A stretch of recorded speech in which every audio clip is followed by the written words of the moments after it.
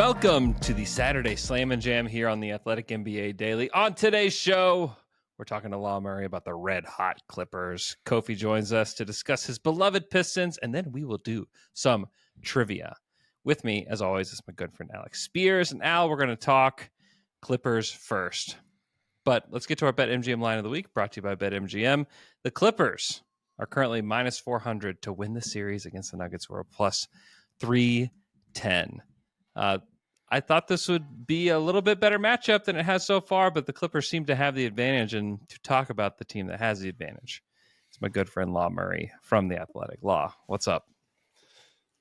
Woo. The blowouts are harder than the close games. I'm just going to say that without context. Good morning, guys. Glad you're here. So Thursday night was the first playoff game at the Intuit Dome. As someone who's covered this team for several seasons, how did the playoff atmosphere at Intuit compare to past seasons? I mean, shout out to David Adelman, I guess. He warmed the crowd up, and I'm not sure they needed it. Yeah. But when you get called out in any way, shape, form, or fashion by the opposition, the onus is on you to back it up, come through. And I thought the fans were great. Both high-profile fans, great visibility fans, as well as the people who had to take an elevator to get to their seats. You know what I'm saying? I thought that building was locked in. And then their basketball team was locked in as well. This was the second game in a row where it looked like the Nuggets had the advantage with both team starters out on the floor.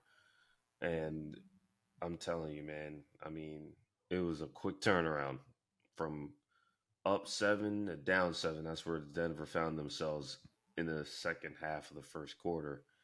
And it was a rout from there. Like, the Clippers, I think the Clippers were actually just above average offensively. But to hold that Denver team under 90 the way that they did, I mean, again, the Clippers were no slouches defensively. They were a top 5 defense all year. But the Nuggets were a top 5 offense, and they have Nikola Jokic, who, is playing with a playoff riser in Jamal Murray. They just took every bit of breathing room away. They made everything hard. They made the Nuggets look like the worst version of themselves you could possibly ask for. They already don't take threes. They attempt the fewest threes in the league. They held them to 7 threes made for the game. They kept them off the line. They turned them over. Even when the Nuggets got offensive rebounds, they didn't automatically lead the points. I think the Clippers outscored them on second chance points. It was a thorough beatdown, and you just got to see if any of that rolls over to Saturday. Yeah. So the 3-point shooting was like the big difference, with LA shooting 46%, Denver shooting 27%. You kind of mentioned the defense. Like, why did Game 3 look so different from games 1 and 2? Is it just the shooting variance, or did you feel like they were doing something different defensively that was making it even tougher on Denver than we saw in games 1 and 2? Honestly, they made shots, and if the Clippers make shots, they're so much more difficult to deal with. Again, they're already good defensively. What will fuel Denver is if you turn the ball over against them and miss shots. And here's what's funny. Denver's not really good at either one of those things. They're not very good at forcing you to miss, and they're not very good at forcing you to give the ball away. The Clippers dominated game 1. I mean, they were up 15. And then they wound up with 20 turnovers, all of them which mattered, Their 20th turnover was when Russell Westbrook jumped a route in overtime while the Clippers were trying to inbound down 3, So the Clippers cleaning that up, it just takes away what Denver wants to do as a running team. If the games are going to be relatively slow, even as much as Tyronn Lue might want his team to pick up the pace, the reality is Denver thrives on a fast pace, but if you don't give them a reason to run, those guys aren't really running. Nicola's a give me the ball, ref, so I can inbound it. That's his version of pace. he gets the ball up and advances it and outlets it when he has the opportunity to do so. Jamal Murray is not one of the faster point guards in the league. Russell Westbrook is, but Russell didn't play. I don't think Russell even reached 10 minutes because his foot was bothering him. So it's a style of play thing. What are you going to do to put Denver in situations where they have to play a different style of basketball? And Denver wasn't up running the floor last night. Denver was trying to figure out how the heck to get the ball to Nikola Jokic, who put up the numbers that you'd want a guy to put up: 23, 13, 13, only 2 turnovers, 60, better than 6% from the field. But that's why it's a 5-man game. And the rest of them dudes weren't really helping them, especially once Aaron Gordon cooled off after his great start to game 3. Yeah, you mentioned Jokic. How have you felt like they've defended him? Like, what does that look like to you? It looks like a Vitsa Zubats, damn it. That dude is he was my pick for Defense Player of the Year. Like, and when I say my pick, like, I actually got the vote this year. You know what I'm saying? Like, beautiful. And I just felt like, shout out to Evan Mobley, he won, and he absolutely deserves it. One of the youngest ever to win that award. I was just looking at it from the aspect of, look at who Vitsa Zubats for most of the season was playing with. Look at what made the Clippers as good defensively as they were, and just the fact that he plays so many minutes without getting in foul trouble. He's a fairly decent rim protector, and he's not asked to just be a drop big. He's asked to actually guard guys, and he does that. He communicates effectively.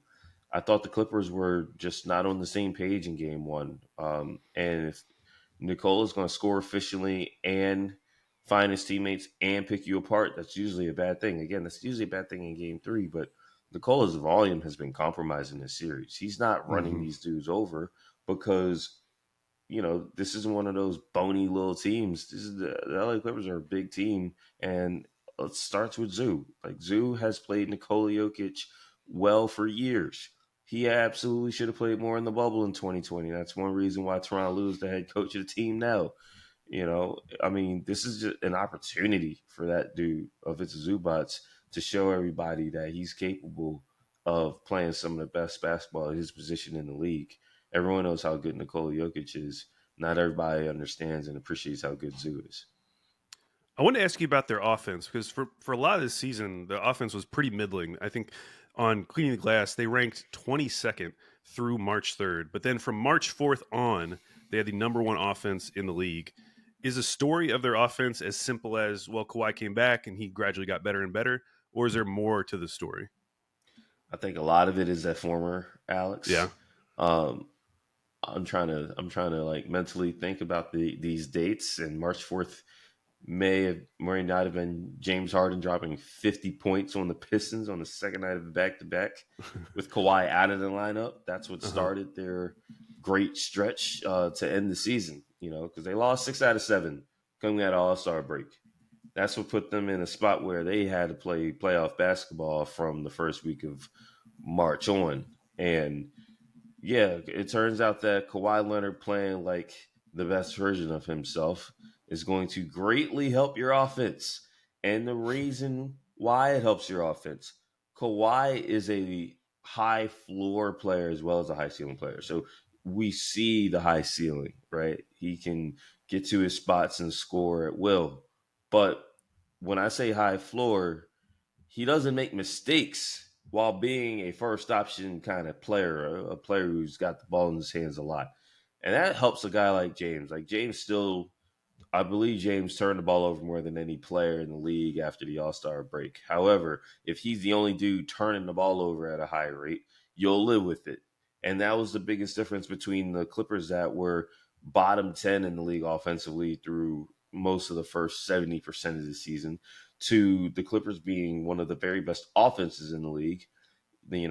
James isn't turning the ball over as much as he was, and he's the only guy who has probably a poor assist turnover ratio. You got guys like Zoo; he's improved. Zoo used to be a fairly unreliable player when it came to catching passes, short roll, decision making, all that, making passes out of the post. He's gotten so much better at that. And James gets a lot of credit, but Zoo, you got to credit the actual player making the improvements as well.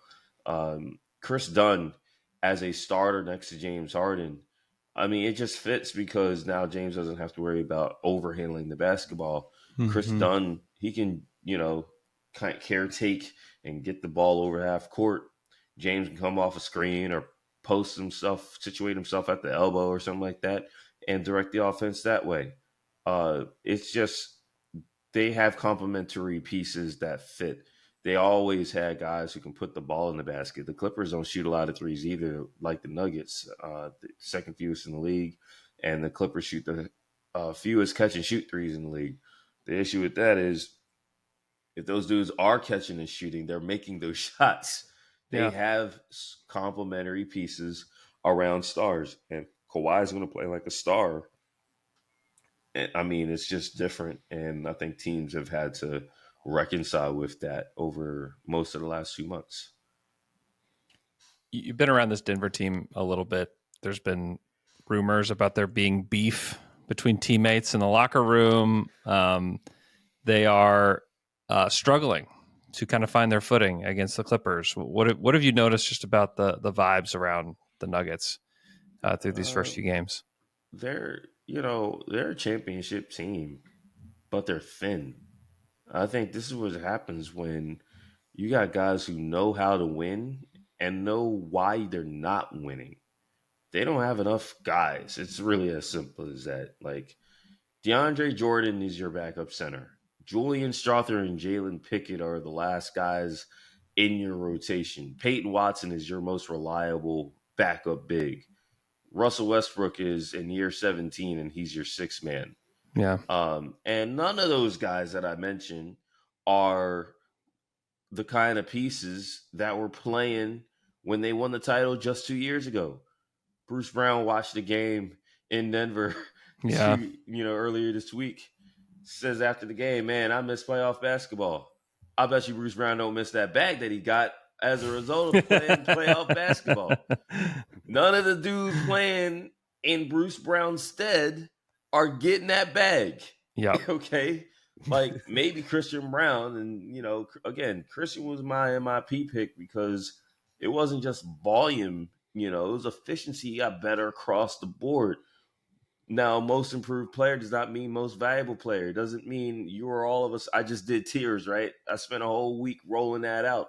Yep. You can see where I put Christian Brown. That dude, when I say improved, he went from not being on the list to, okay, you're on the list, not, in the last tier of this particular selection. Like, they don't have enough dudes. You get 5 guys. The starters, I don't think, are playing poorly. When they break them starters up, that's when it goes bad.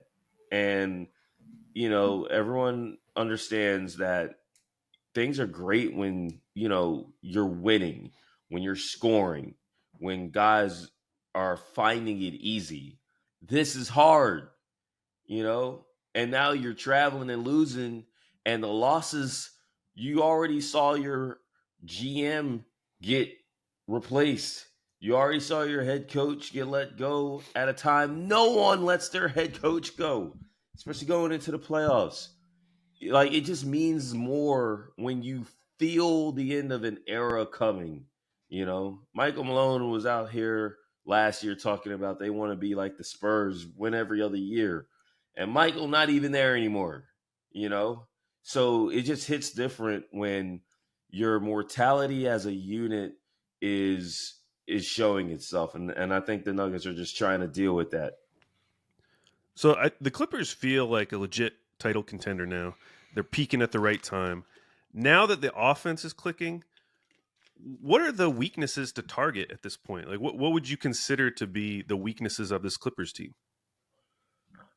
You still got to play them hard, I feel like. This is an old team. And this is a team that, when it comes to Kawhi, everyone's going to hold their breath until that dude keeps getting up and keeps putting the uniform on. Like that's what you've seen in the Saran Lou era. You've seen these guys not finish playoff series with their best team. I think that there are still plenty of guys who just not playing their best right now or haven't quite found their rhythm. Bogdan Bogdanovic hasn't had a good game in a couple weeks now, and he's their sixth man. Ben Simmons is a guy who I literally wrote a story earlier this week. It's like that dude has one bucket, and that one bucket was like, yeah, that bucket mattered. I mean, when you're talking about if this series is going to be close, they need guys to hit those shots. Derrick Jones Jr. hit shots last night. That was a big difference. Derrick Jones Jr. outscored the entire Denver bench by himself. If Derrick is going to score, then that's a big thing. But Derrick isn't going to score every game. Chris Dunn, he's another one where it's like you're going to play some exotic defenses almost predicated on leaving Chris Dunn open or being okay even if he makes a shot or two. And that's a gamble, but it's like that's where you're playing. And I think the final piece is Norm. Like, again, if Norm's going to be inefficient, that gives you a chance to win. Denver won game 1. They had a chance to win game 2. Norm just Norm, I think, was woken up by Jamal Murray picking him up like he was a child at the playground. It's time to go home. Now Norman Powell's locked in, like the champion that he is. Mm-hmm. Norman Powell is the kind of player who understands sacrifice. He understands that, hey, like, you might not be in the role that you were in before Kawhi got going. Norm got hurt. Norm just missed an all-star, selection. Everyone was questioning if he was going to make the right plays and understand that you got to do different things. You can't just shoot every shot. Well, Norm is cutting. Norm is defending. Norm is getting his hands in the passing lanes. He's finishing in transition. Like, Norman Powell playing well is the difference between a close game and a blowout. I think Denver saw that. There are weaknesses. And I think it's always a weakness when you're like, man, this guy playing well is the difference between winning and losing. The Clippers have a lot of those guys, and you just have to keep playing them hard. And I'm very interested to see how Saturday goes because the Clippers are not always sharp in afternoon games. They made it a point not to have afternoon games on their schedule at home in the first year of Intuit Dome. So we're going to see if those guys have the same energy come Saturday. It's a quick turnaround. Before you go, we did ask you some questions. I would love to play a quick game. It's not trivia. I'm not going to make you play trivia. This is a championship draft, okay? This is just like a temperature check to see how we're feeling about the teams at this point.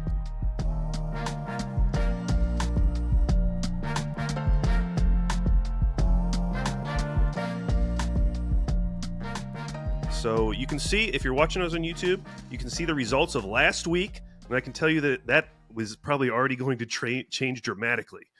Yeah. The fourth pick was the Golden State Warriors.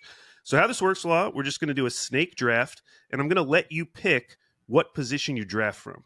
So if you feel really confident about like the number 1 team, you could take the number 1 slot. Or you could go 2, or you could go 3. And if you pick 3, you get the 3 and 4th pick. So where would you like to start from?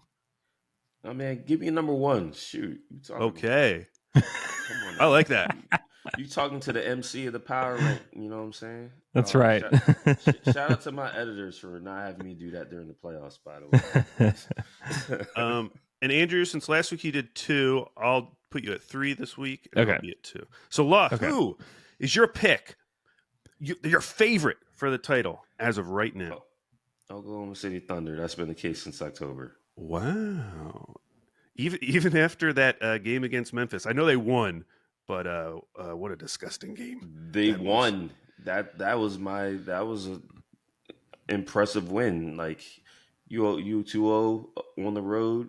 You can say we'll take the 3-1 lead later. I mean, look, that was impressive to me. So yeah, going down 29 is a concern. Making all that up in the same game is yeah, I think that team has not given me a reason to think that they're not going to win the title yet. Again, I'm very loyal to what I say in October. Um, it's April now. I have no reason to change up. Well, I have no reason to change up from last week when I took the Boston Celtics #1, so I'll continue to take them. I was especially impressed with their win without Jason Tatum over the Magic. So, Andrew, I have a feeling I know who you're taking at 3, but who are you going to take at 4, Andrew? You have a feeling you know I'm taking at 3, do you? Okay, I will. Off the board. Give me the Cleveland Cavaliers. Okay. And then I will take. I want to take somebody on the opposite side of the Thunder's bracket, but I don't know who to feel best about today. Yeah. Like when I'm like taking a temperature check here, because like Golden State's got the Jimmy thing that is very, very concerning. The Lakers and Wolves have looked a little bit bleh, and Houston just doesn't seem like they're ready to win multiple rounds. But I guess give me the Lakers again. I took the Lakers in the last draft. I'll take the Lakers again. Like if they can get in close games, I believe in the execution down the stretch. But I'll take the Lakers. Whew. I'm glad you took them because I did not have to decide between the Lakers and the Wolves. Because instead, I'm taking the Clippers. Yeah. As a Thunder fan, I'm terrified of the Clippers. I feel like they are such a scary matchup for OKC. Just the number of defenders they can throw at them compared to what we're seeing right now with the Grizzlies. Like the Grizzlies just don't have the bodies right now. But there are so many good defenders on the Clippers that I really do think that is going to be a tight series if we go there, if we get there. So, Law, who would you like to take with your second pick? You took OKC in the first round?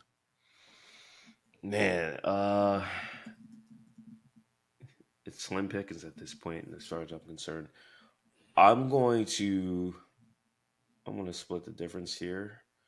I'm going to go with Golden State. Okay. And I'm going to go with Minnesota. All right. So cleaning up some of the rest of the Western Conference there. Oh, this is exciting for me. Leaves me with the Indiana Pacers, who were drafted last time, and now they've moved up to the second to last. Wow, moving on up, Pacers. Moving on up. Hey, by next week, if they sweep the Bucks, I feel like we're going to be taking them second round. We'll see. Yep. Andrew, you have your choice of a variety of teams. Ooh, look at Miami, this. Look Memphis. at this. I guess I'll still put Denver in this group, even though they have not looked inspiring. That's a bunch of uninspiring teams I'm looking at right now. So I'll take Denver. They still have Nikola Jokic, and the series is not over. Although last night it kind of felt like it was. Like this series is not over yet. So I'll go with the Nuggets. All right. So at the end of our week 2 draft, Law took OKC, Golden State, and Minnesota. I got Boston, the Clippers, and Pacers, and Andrew has Cleveland, Lakers, and Denver. If you compare it to week 1, all the same teams drafted in the same round, except for Minnesota versus Milwaukee last week. So we still feel relatively the same about all these teams, but we'll see. That's good. We should have some stability within this. That's right. There should be at least a little bit of stability in this. Law Murray, thanks so much for joining the show. If you're watching on YouTube, I feel so bad because I had to call and wake Law up. This is like the life of a beat writer during the playoffs. He's yawning so much on this podcast, and I feel like with every yawn, like a little bit of me dies as a host and producer of this show. So I'm very grateful to Law for joining this podcast. What was funny is I'm the type where it's like you get me going, and it's like I'm probably going to be like this the rest of the day. So shout out to you, Andrew. You are a responsible host. Alex, thank you again for having me, and I hope y'all enjoy this time that we have because we're about to start eliminating teams at this point. Yep. Go read the tiers on The Athletic that Law wrote. It's a very fun exercise. And then go read everything he writes about the Clippers. Thank you, Law. Thank you, guys.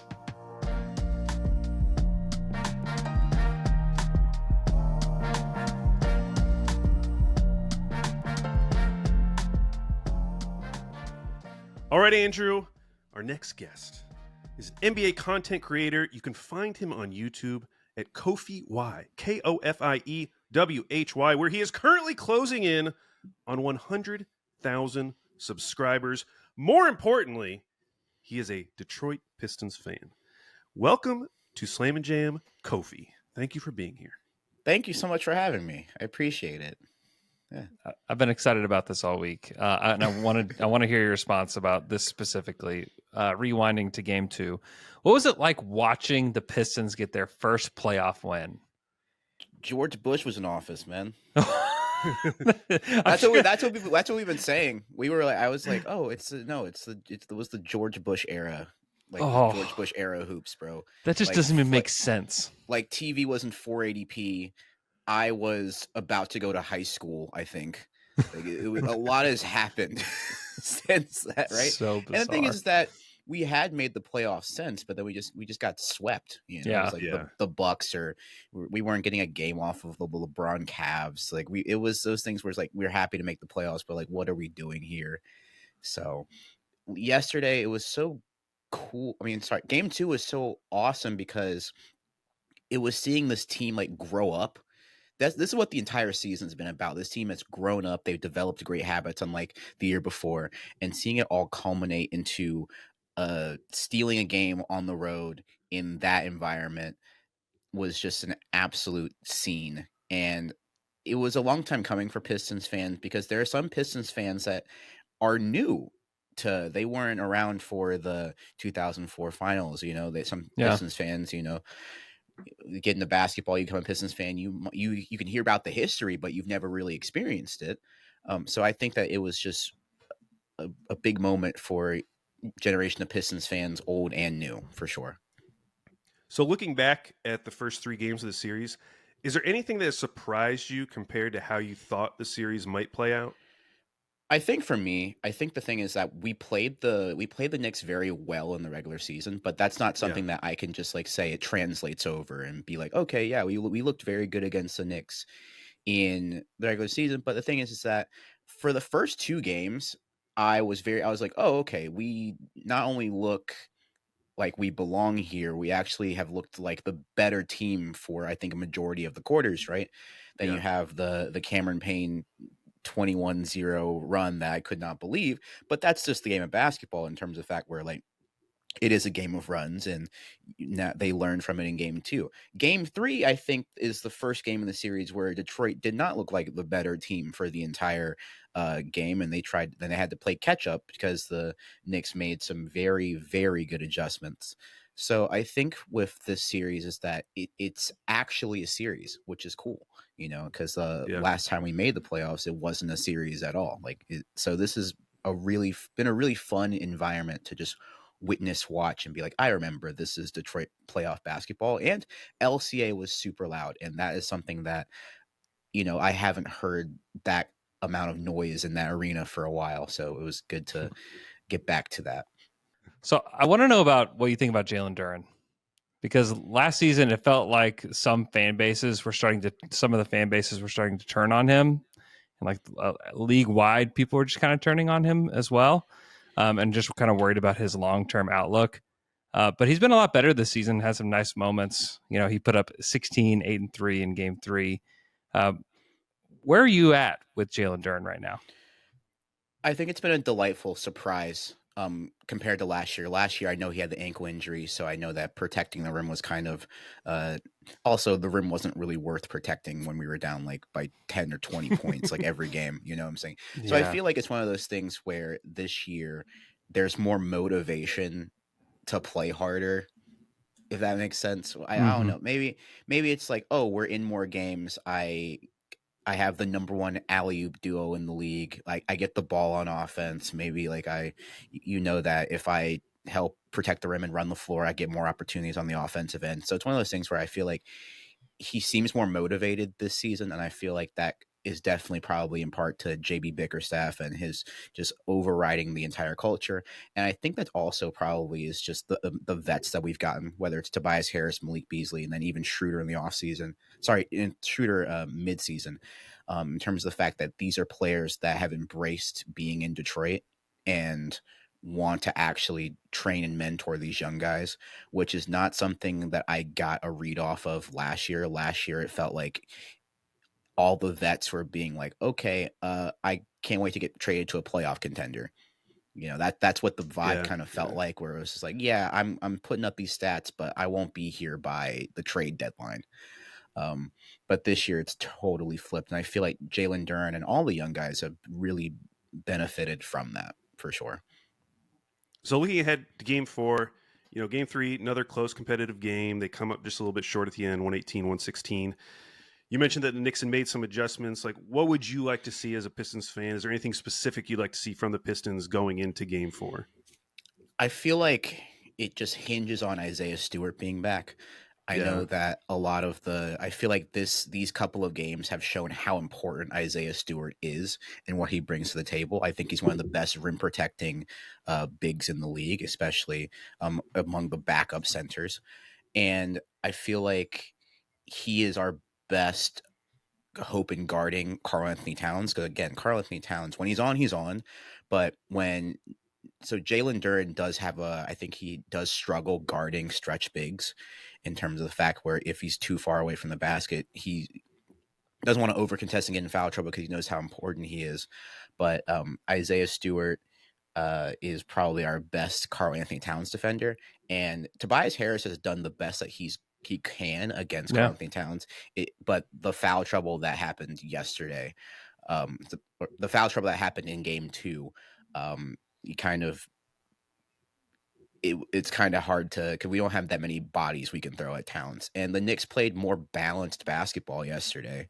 I know that game 2 was a lot of Brunson ball, which I think for the Pistons, it kind of not threw us for a loop. I feel like we were probably prepared for the adjustment, but the Knicks do have a lot of offensive weapons. So it does get tougher and tougher when they play like this as a cohesive unit, for sure. So regardless of what happens the rest of the series, the Pistons will head into the summer with some flexibility, being able to open up some cap space, and also having access to all their first-round picks after the draft. What do you think the Pistons' biggest needs are moving forward? I think the Pistons' biggest need, they already got this midseason, because we were watching the first half of the season being like, oh, we're playing very well, need a backup point guard. The backup point guard thing was kind of interesting because we would stagger Cade and Ivy, and then Ivy, as good as Ivy is not like a full-time backup like point guard role. So getting Schroeder there was super important. I really am excited to see what happens next year when Ivy does come back and we have Ivy, Schroeder, Cade, and having 3 people that can handle the ball at that level. I think that, there's been like rumors, of we photoshopped Devin Booker in Pistons jerseys and stuff. We have that. We hang on to that one photo of him taking media availability, like the Devin Booker draft kind of thing. Yeah. It's one of those things where you like look over there and you're just like, that would be like a wild, like it'd be a wild thing to see, honestly, in terms of like where we were last year, being like, oh, we even have but I think for us is that the fact that we won 44 games this year. We're playing in this playoffs just like really ahead of schedule, I feel like. And I'm curious to see about the development of Asar, Ron Holland. I feel like there's so much upside on this team that there aren't that many changes that I think personally need to be made at this juncture. I think we got everything that we wanted out of this year and more, in terms of the fact where it's like, yes, we upped our win total. We found an identity. We're playing with heart. We finally get to show the national landscape how good Cade Cunningham really is at basketball. We even saw Jaden Ivey have like a real good improvement when he was playing, in terms of just like upping his 3-point percentage. And there's just so much positive about this season that I feel like I'm just ready to run it back next year and see what this team does with a nice little off season as well, no matter if we win this playoff series or not. How satisfying has it been to watch Shaq be forced to talk about the Pistons on a playoff broadcast? This is kind of where it's like, it feels like sometimes I'm like, my team has accidentally become important in the NBA landscape, and it's kind of also ruining my life. where it's like it's like accidentally became important, and it was just like, what was it, Cade Dillingham? That was funny. It's just stuff like that where I was just like, okay, we are forcing the national media to have to talk about us, but I sometimes you'll have someone that will actually talk about like Carmelo Anthony's podcast. He talked about Isaiah Stewart and all the other, but then you'll have people that just talk about Cade because that's the only thing that they're paying attention to, right? So I feel like for us, it's really easy to tell who is been tapped in to this season, and I totally understand if people aren't, right. I totally get it. Most of our national TV games this year, we got flexed into, in terms of whether it was playing the Bucks on ESPN or I forget who we were playing against, but we got flexed into an ESPN game, and then Cade was hurt. So then the national stage of Asar Thompson ball was pretty awesome to see. But last year we were getting flexed off of NBA TV games, so I mean it's a huge difference. So last year you didn't have to pay attention to us. This year you do a little bit, at least, and then you see this kind of, not an overcorrect, but a lot of people being like, oh, the Knicks could be in trouble. I got the Pistons. I'm like, oh, I was not expecting this. I was not expecting this in people's predictions, but yeah, it's been really nice to see, and nice to see us earn our respect, because I feel like even though I am a Pistons fan, I do feel like the league is better when the Pistons are good. I don't know. And people if people disagree, I'm not going to argue with them, but I feel like just what we bring to the National League landscape when we are good is a special brand of basketball, I think, honestly. Yeah, it's just so awesome to see them kind of carry over that tough as nails mentality that you remember about those old Pistons teams. I mean, even last night, seeing Paul Reed get into it with Mitchell Robinson, it's this is what the Pistons are supposed to be. This is great. This is perfect. And they don't even have beef stew out there. This is awesome. There's still someone. I loved when that happened. The camera immediately panned to beef stew in the suit, and I was like, yeah, okay. That's the rep. I get it. It's cool because it's this identity that they've had for 50 years or something. It's been a long time that they've had this same identity, and it's been dormant for a little while, but it's back now, and it is very cool. Yeah, I appreciate. I mean, the thing is that it's what we're used to when the team is good. Yeah. Last question. Now, this is kind of Pistons adjacent, but the Pelicans announced their new front office this week, which includes Joe Dumars and Troy Weaver. How freaking pumped should Pelicans fans be right now? Dude, I'm so sorry. I just don't. I woke up to that and was just like, how? It's a great question. Because the Pistons fans, we have a list of just the Troy Weaver miscues, right? Where it's yes, he did draft the people that are doing well now, but that's only a percentage of the job. Yeah. Right. He sent out an apology letter to Pistons fans before we won 14 games.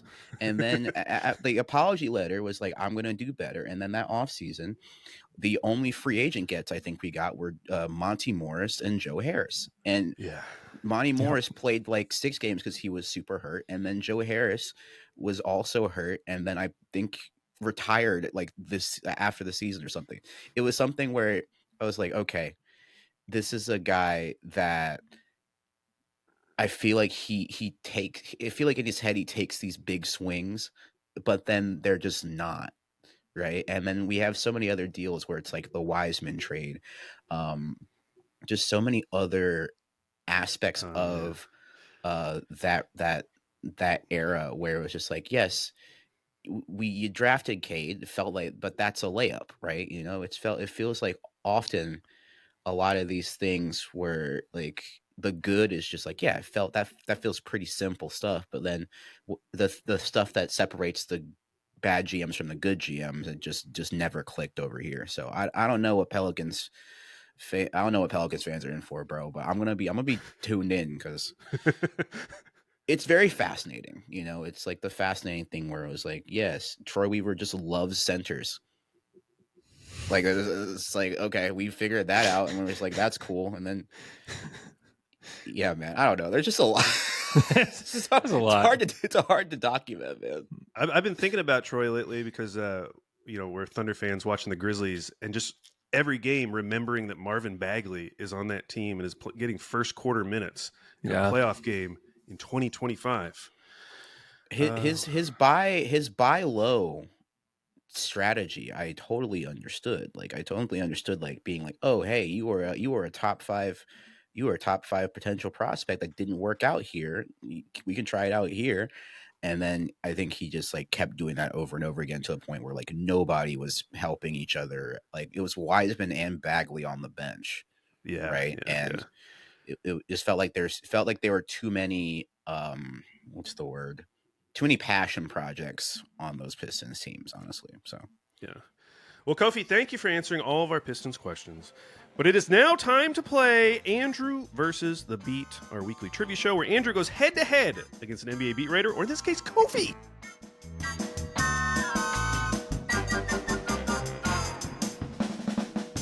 So, Kofie, how this works, I've come up with 8 questions about the Pistons.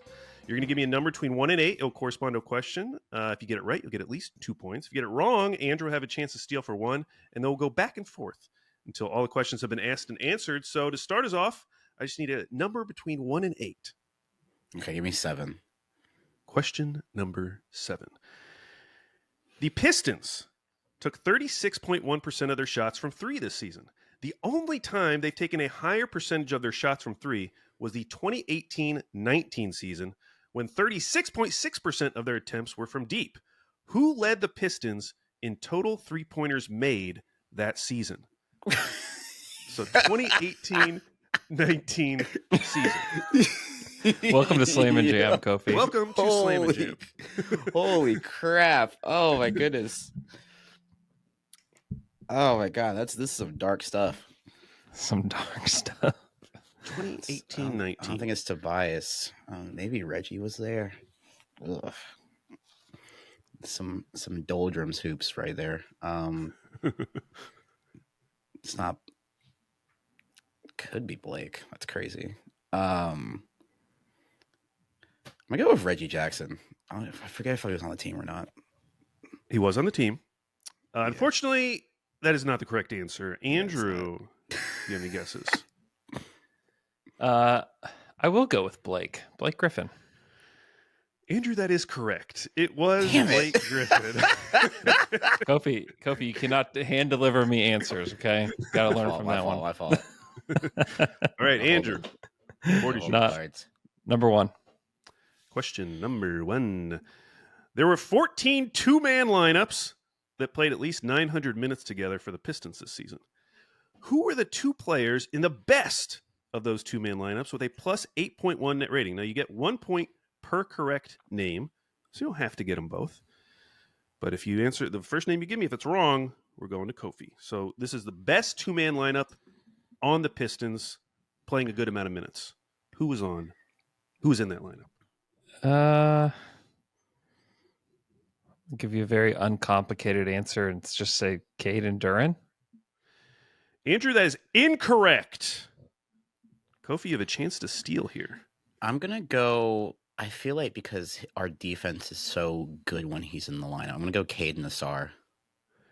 That is also incorrect. Neither of you got either of the names in the best two-man lineup. Okay. The best two-man lineup for the Pistons this season was Malik Beasley and Tobias Harris. Shout out. Shout out. Shout out. All right, Kofie, the board is yours. All right, I'm gonna go with 2. Question number 2. Cade Cunningham. These are crazy questions. I love this. Cade Cunningham had 9 triple-doubles this season, which increases his career total to 11. He's second all-time in Detroit history already. Prior to Cade arriving in Detroit, who were the last 2 Detroit Pistons to record a triple-double? And you do get 1 point per correct answer. Oh my gosh. Okay, I'm gonna go with Blake. That's incorrect. Andrew, you have a chance to steal. How can that be true? How in the world can that be true? 2 Pistons who recorded a triple-double most recently, other than Cade. Okay. Kofie may have just remembered one of the names. Seems like he has. Andrew, you have any ideas? What about Reggie?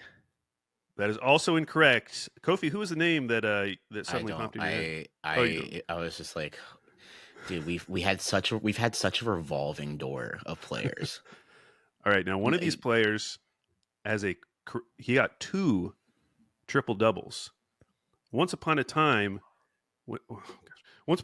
he was on a team, and there was an article written in the preseason. How many triple doubles is this guy going to get? It is, of course, Mason Plumlee. And the other name, Dennis Smith Jr. Okay, moving on. Next question. Dude, we would have been here all day. Really? Dude, I thought you might have gotten Mason Plumlee. Dude, I would have. Not memorable. I would have passed away not knowing the answer to that. Dude. Okay. Pistons trivia is so tough. Oh my gosh. All right, that Andrew, is board crazy. is yours. Number 3. Question number 3. Okay, you guys are going to get this one. This is a great one. Dennis Schroeder. He's been a spark off the bench in this series. Scored 20 in Game 2, 18 in Game 3. In honor of Schroeder playing well for Detroit, we're going to name all of the other 8 NBA franchises that he has played for. So how this works, Andrew, you'll give me a name. Then Kofie will give me a name. We'll go back and forth till one of you stumbles. And if you get all of them, Andrew, you would get the points since it is your question. So where would you like to start, Andrew? You just can't say Detroit. Any other team? Atlanta. All right, Kofie? I'm going to go with Golden State. Golden State. Andrew? Oklahoma City. Back to Kofie. I'm going to go with the Lakers. The Lakers. That is correct. 4 teams left. Andrew? Celtics. The Celtics. Darn, that was my next one. Kofie, 3 names left. 3 teams. 3 teams, 3 names. Need another Dennis Schroeder team. I can only think of 2. Yeah, Jesus. I have no idea who the third is.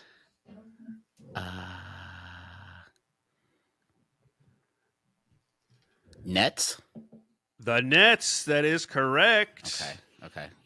All right, Andrew. 2 teams left. Raptors.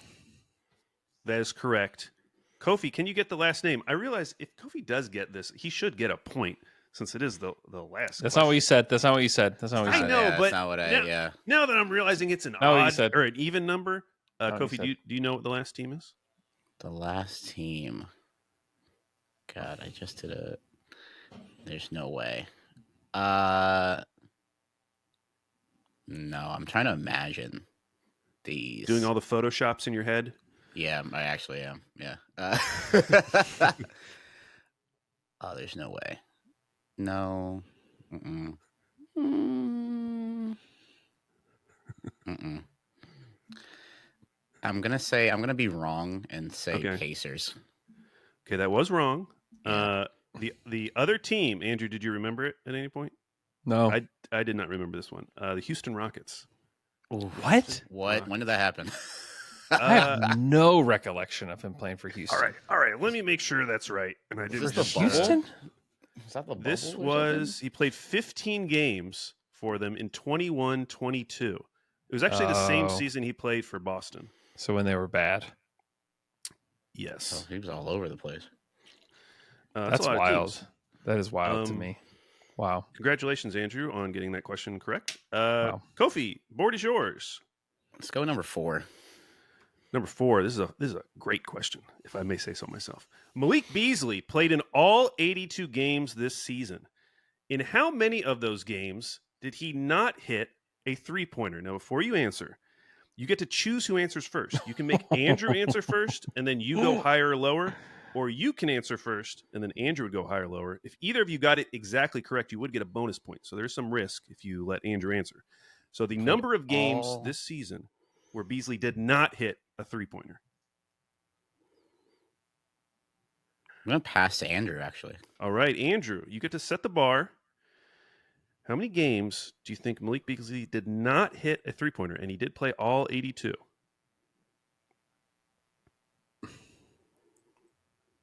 Four. I have no idea. I mean, it feels like a trick question, honestly. All right, Andrew has set the bar at 4. Kofie, would you like to go higher or lower than 4? I feel like percentage-wise, higher is the more likely, right? So I'm gonna go higher off percentage. Andrew, you were within 1 game. In 82 games, Malik Beasley did not hit a 3 in 5 games, which means Kofie gets the points. I love probability. Shout out probability. Shout out probability. All right, Andrew, it's now 3-2. You have Okay. control of the board. 5. Question number 5. While the Pistons' leading block getter, Isaiah Stewart, only averaged 1.4 blocks per game, the Pistons were one of only 3 teams in the NBA who had 4 different players total 50-plus blocks this season. They had 4 different guys do that. Who were the other 2 teams?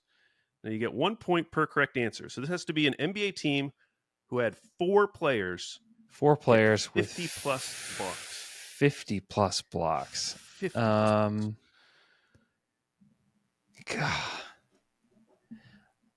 I know that like the Thunder have the guys to do it. I just don't know that their guys played enough. And I will say there were several teams with 3, which makes this question even more unfair. Yeah, I don't like this question at all. This is not a fun question. Goodness. Who else has blocks? I want to say Thunder, but I just don't think that they got enough. I'll go ahead and say Thunder, but I feel like I don't know if they got 4. I feel like that maybe they got 3. Andrew, that is incorrect. Kofie, you have a chance to steal. You get 2 points here if you could pull these names out of a hat. A chance to, okay. 50. I just thought of one. I'm so mad. 50 blocks. 4 different players with 50-plus blocks. Kind of want to say Boston. That is correct for 1 Yeah, point. Okay. Yeah, like Yeah, the Derek- Derek White yeah, of Derek it all. White, Yeah. yeah. The Derek White. I was thinking like shot blocking guards, Yeah. So we now have a tie game. Kofie, you could pull ahead here if you could get the other team. One more team. This one.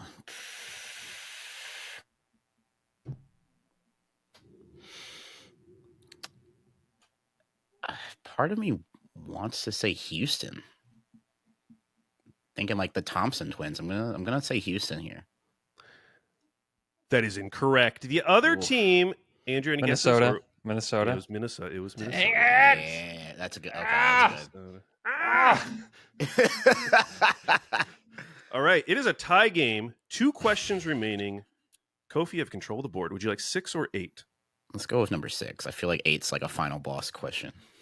Ooh, interesting. Okay, we'll see. Kate Cunningham averaged 26.1 points per game this season. Who was the last Piston to average at least that many points?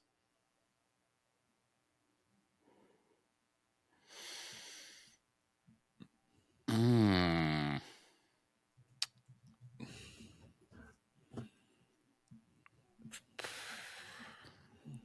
I go with Jerry Stackhouse? Kofie?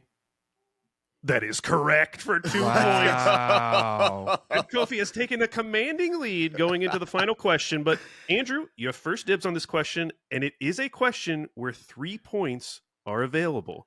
So if you got all 3, you could win. It was a final boss week. question. It was a final boss question.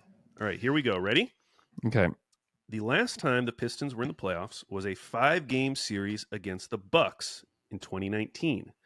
3 Pistons took more than 23 pointers in that series. How many can you name? You get 1 point per correct answer. So we're talking 2019 playoffs against the Bucks. Over the course of the 5 games, 3 Pistons took 20-plus threes total. Who were they? Oh, my God. I'm sure you were locked into that series. Yeah, I mean, I could not just peel myself away viewing. from the TV. Reggie Jackson. That is correct for 1 point. Can you get another name to tie the game and at least send it into overtime, Andrew? I guess if I answer this guy early on in the game, I'll say him again. Blake Griffin. Andrew? That is incorrect, which means Kofie wins the week. Andrew versus the beat. Kofie, you have any other guesses? I want to say KCP and Luke Kennard. Both of those names wrong. Other names.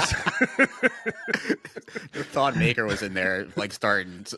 He started one game, bro. I tried to come up with a Thon Maker question because he was second in the team in free throw attempts in that series. Wow. Even though he barely played. They must have like hacked him or something. Oh my gosh. Langston Galloway.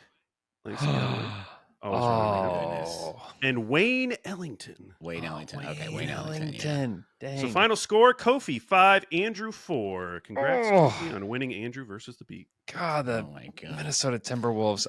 Please go check out Kofie's YouTube channel at KofieWhy, KofieWhy. Very fun content at his channel. So go check it out. Let's get him over 100K this weekend, people. Let's do it. Thank you, Kofie. I appreciate it. Thank you guys for having me. Pistons trivia is always tough, man. Huge thanks to La Murray and to Kofie for joining us on today's show. If you leave us a 5-star review, we'll read it on the podcast at the very end. And so if you do that, we'll do it. And this one we have comes from SF Slim. He says, slam dunk, 5 stars. Slam and Jam continues to dunk over the competition despite miscalculating the number of surprise teams this season. Didn't you guys forget the Clippers? Look it up. Nonetheless. No, hold on. They do not count because you have to have a preseason over-under below 36.5. Below 36, yeah. Nonetheless, Alex and Andrew rule the NBA podcast world. Keep it up. Thank you so much for that review. This next one comes from Yay Playoffs. 5 stars. It says wonderful, entertaining, and interesting. Thank you so much for that review. And our final one comes from Joel Law or Joe Law or Joel Aw 426. Slam and Jam, slams and jams. My favorite hour of podcast listening each week. Alex's review of the week is writing gold and the funniest NBA content out there. Totally agree with that. The pod does deep dives, but keeps it light, and I play along with the trivia each week, and I'm excited when I know one. That also serves as a reminder that I should probably consume less NBA and spend more time with my wife and kid. Thank you so much for that review. Andrew, yes. I have a correction. Oh, there were 4 surprise teams this year because I don't know how I missed them initially. I went back. They were not on my initial list, but I just went to their basketball reference page, which is what I use for preseason over-under. And the Clippers preseason over-under was 35.5, which means they were eligible. Wow. And they are a surprise team. So shout out to that listener. Wow. Because that might have been lost to history if they did not. It really would have been. It would have been. Oh my gosh. I apologize. Wow. Huge shout out. And a huge shout out to us with our overconfidence thinking that it was not. That means that this could be the first surprise team to win a title if that happened. Wouldn't that be amazing? I don't even know what to say. I don't know what to say. Hey, enjoy the basketball this weekend. We'll talk to you guys again next week.